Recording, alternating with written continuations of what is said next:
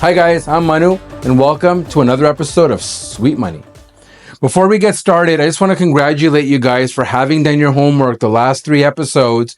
Today what we're going to do is take your numbers, put them in a blender, tabulate it, and hopefully you will see some light at the end of the tunnel. I also want to share with you a very quick story as to what motivated me to make this 4-part series. When I was back in the corporate world, an individual approached me and handed in his retirement papers. In Canada, the law is you have to submit your retirement papers 6 months prior to the date of your retirement. So he hands in his papers, high fives, handshakes, congratulations, and off he goes. A couple of weeks later, he comes back and says, "Hey, Manu, look at my papers if you don't mind, and tell me if I can live this lifestyle that I want to live." So after hours, we sit down, we go through his numbers, and lo and behold, he could not live the lifestyle that he wanted. Not only that, he was nowhere near the lifestyle that he wanted to live. So I said to him, "You need to go beg your boss for your job." Unfortunately, he didn't get his job. He comes back to me. I said, "Now what you need to do is you got to go find a job in Home Depot or some other big box store and kind of make ends meet." And then I also told him it might be worthwhile for you at this point to sell your house, take the equity, invest it, offer investment returns, you pay rent, the rest will take care of itself, because the house would have cost him more than renting out a smaller place. And we went through some other strategies. I can't remember all the details right now, but we try to do what we could given his situation. And that story has stuck with me ever since. I've never forgotten that incident. It was very emotional for him. It was very trying for me because I had never gone through anything like this before. So to see someone in so much distress and so much fear sitting 2-3 feet away from me was just a very traumatic experience. And it's, like I said, it still stays with me till this day. And then in 2022-23, when rent went sky high, inflation was sky high, I started to wonder, where is this guy? Can he even afford his rent right now? The stock market came to a crash. How are his investments doing? Like, is he able to generate enough returns to even cover the rent? And all these questions pop up in my head, and I have no idea where he is or what he's doing, but I just hope he's safe. And with that same thought in mind, I want you guys to be safe when you retire. Okay, friends, let's get started here. So we had homework where we had to come up with some answers. Your budget, right? How much will you save in this hypothetical scenario? $15,000. How much income would you like during your retirement based on today's price index? Let's just say $84,000. All right. Then we said, okay, the hardest question is how many years will you live after retirement? We said 30. Let's assume the person retires at the age of 65 and they pass at the age of 95. And then the compounded inflation during retirement is 2.5%. And then the compounded inflation during your working years is 3.5%. Now, the reason why I used 2.5% during retirement is because even if inflation is 3.5%, our personal requirements start to diminish. For instance, we start to eat less. We don't need as many clothes. Traveling becomes a lot less adventurous, less excursions. Things become more relaxed, a little slower, right? So we don't need as much money. Let's just say your investment portfolio as of today, the date of this recording, is sitting at $500,000. And your portfolio will grow at a 10% compounded rate based off of historical data. Now we have our assumptions and you have yours, I have mine, and mine are hypothetical. Now, what we want to figure out is the $84,000 that you need during retirement based off of today's cost index. How much will that be 30 years from now when you retire? 84,000 times an inflation of 3.5%, which is $2,940. You add the $2,940 to your $84,000, which is $86,940. Then your $86,940 is your closing balance, which is your opening balance for the following year. And this formula keeps repeating itself for 30 years. Okay? So after 30 years, when you retire, you will need $236,000. So $84,000 today is equivalent to $236,000 30 years from now. It does not mean that your lifestyle has improved 4 times. No, all it means is in order to maintain the same lifestyle, you need $236,000. Moving on, income required during retirement. The formulas are identical to what we had in the previous calculations. So the principle of 235,771 comes, it's your, day one of retirement. How much do I need? Well, you need 235, which comes from down here, right? Your 235,771.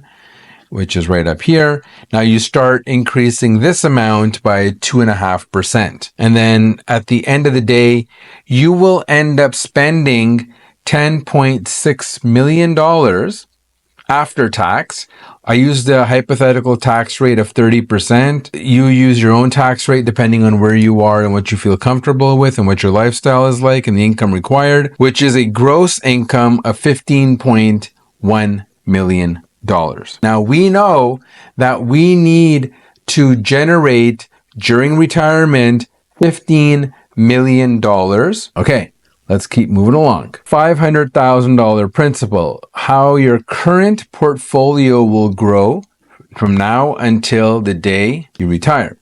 Okay, so your $500,000 will grow at 10%, exact same formula as the last 2 columns or last 2 sections, I guess. And your $500,000 30 years from now will be equivalent to $8.7 million.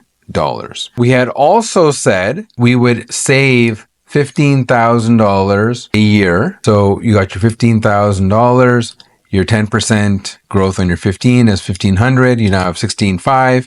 So 16.5 plus the additional $15,000 you invest or save in year 2 gets added on. So 16.5 times your 10% is 1650.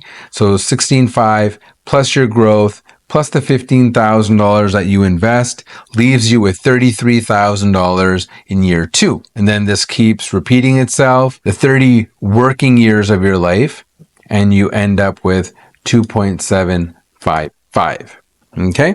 And this, my friend, is your favorite part of the video in which you give me some SLC. SLC stands for subscribe, like, and comment. Now, you have $8.7 million from your current portfolio, plus the $15,000 that you invested. That's a total of $11.48 million. Some points to consider. Required was $15 million, okay? You now have a shortfall of $3.6 million. I want to show you something else. Question was, the difference between your current portfolio in X years versus your cost of living. Okay? So your current portfolio is $500,000, right? Which is right here, $500,000. Your $500,000 is now equivalent to $8.7 million, right? But you need 15.1. So if I never saved another penny in my life, I would fall short of my goal of $15.1 million by $6.4 million. At first glance, it's like, oh my God, I have $500,000. I'm saving $15,000. My assumptions in terms of inflation and growth seem pretty reasonable, but I'm still falling short. This is just a battle I cannot win.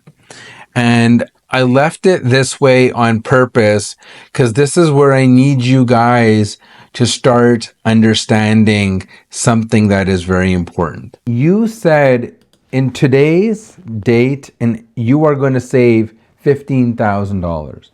But we know every year your income will increase. So in this case, this person's $15,000 10 years down the road should be more than $15,000 because their salary has gone up. Therefore, you can't maintain $15,000 because $15,000 30 years from now will have no value. So we have to increase this. Now, how do you do that? So I'm going to add another column. So what we're going to do is we're going to increase this, increase in annual savings, which means your annual investment will go up. And I want to be very conservative here. Okay, we can always play with this number. Let's just say you decide to add an extra 2%. 2% is very, very reasonable. Okay. So how that's going to work is this is equal to your $15,000 times 1 point, your 2%, and let's make this absolute. Okay, that's 15.3. No, but what I want to do, I just want to show you guys how much you're going to be increasing it by. $300. Then we come here, 15 plus, and let's just make this a number. So here we have U5, let me just double check this, U5 times T4, which is 306. And then I want to add this formula. There we go. Perfect. Your $15,000 of savings, annual savings, by the time you retire should be equivalent to $27,000 a year on a very modest 2%. Okay? Hopefully this is making sense. What will happen? Are we now positive or negative cash flow during retirement? And this is the moment of truth. To the common person, it's like, oh my God, after all this, I'm short by $3 million, which just sounds like a lot of money, and it is a lot of money. But are you really short by $3 million? And let me explain to you what I mean. Okay, so try and follow the bouncing ball. We both know that we have $12.3 million on day one of retirement. Okay, we're sitting on $12.3 million of cash. How much income do we need in year one? 235,771. So retirement year one, we need 235. Okay. This is after tax. We're going to add tax. So you need $336,000. Let's just say, I'll make this even harder on ourselves. We take 336 upfront on January 1st is now equal to 12 million minus 336, right? Which is $11.66 million. Do you feel putting your $11.66 million in a checking account would be a wise decision? No, it wouldn't. Where would you put this money? You would put it in some sort of GIC or bond, somewhere where you get a relatively conservative return, however greater than inflation. Okay? Now we said inflation is 2.5%, that the US bond is giving us 4.5%. Okay? Let's just say the same thing happens 30 years from now. In that case, you have a gross increase of 2%. Your 4.5% on your bonds minus your inflation of 2.5% is a 2% increase. Or just say growth. Yeah, incremental growth. It's $233,000. Your portfolio grew by $233,000. Now, how much income do you need in year two? You need, let's come back here, divided by 0.7 with a 30% tax rate is 345. So money, so put money required from principal. I'm using code language. You need $112,000. Why? Because your portfolio grew by 233.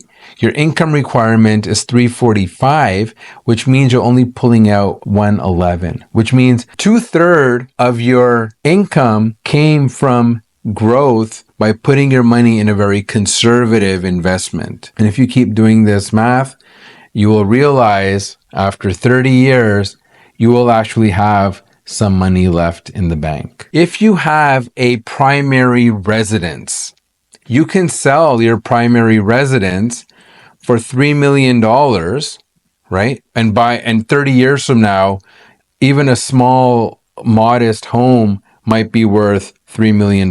You sell your house for $3 million, you've covered your cash.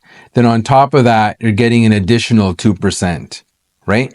So the 2% on your $3 million can hopefully then cover your rent. And if you keep that house, you're paying property taxes, you're paying for repairs.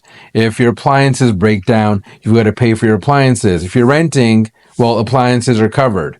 If you're renting, there's no property tax. If you're renting, there's no repairs. So it's a give and take, right? You have to look at what other assets do you have in your life. Will you be getting something from your parents through their wills and estates, right? So all these factors come into play. So as you can see, estate planning becomes more and more complex. Plus you want to leave money for your children, perhaps. How does that come into play? Right? Maybe you don't want to sell your house and you want to pass that to your kids. Now what do you do? So there's a lot of different factors in this, but what we do know is based off of this reasonable and realistic scenario, this person can achieve their lifestyle of earning $120,000 gross, because 120 minus your 30% tax rate is $84,000. They can achieve this lifestyle. So my friends, I've thrown a lot at you over the past 4 videos. If you've watched it, thank you. It means a lot to me. If you can please subscribe, that'd be great. It'd mean a lot to me. If you could like and comment, that'd be great. Any questions you have regarding anything that I've shown over the past 4 videos, please ask. If you're thinking it, chances are other people are thinking it as well. Therefore, please be kind to your comrades and share that. And be safe, be good. And remember, it all starts with a simple conversation.